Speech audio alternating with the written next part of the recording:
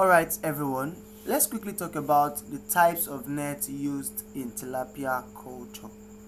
So there are two types of nets that are currently used for tilapia cages. We have the knotted and the knotless net material.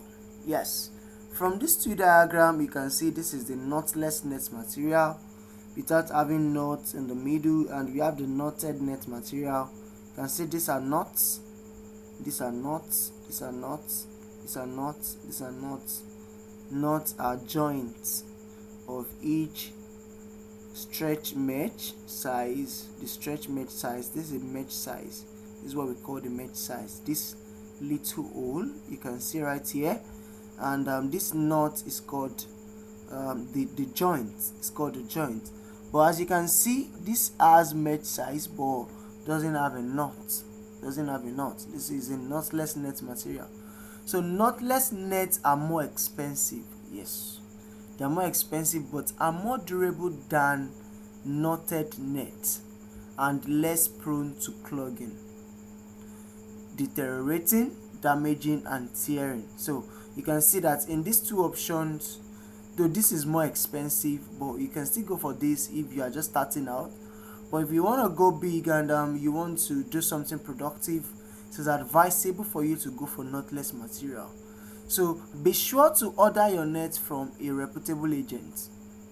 If you would like the net sewn for you, contract an artisan with a proven track record of fixing nets that do not unravel at the seams, as this can cause fish to escape. Yes, we have had cases in which fish escapes because the kind of net used for the fish cage is worn out within 1 month, 2 months. They are deteriorating already, and before you know, fish is being lost to the sea and you can't find them anymore. This is a very bad notation for productivity. So we have to ensure that you are getting your orders from reputable agents. So floats, let's talk about floats. Floats are fixed at the upper sections of the cages. As the name implies, float is what make the cages to float on the water.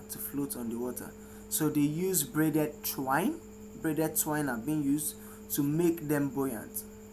The float should suspend the entire cage structure. The netting, the frame, the feeder, the walkway, it should suspend them on the water, safely on the surface of the water. An example of floats includes the HDPE floats, yes, and also sealed plastic barrels of styrofoam boxes. You can do well to search all of these on Google.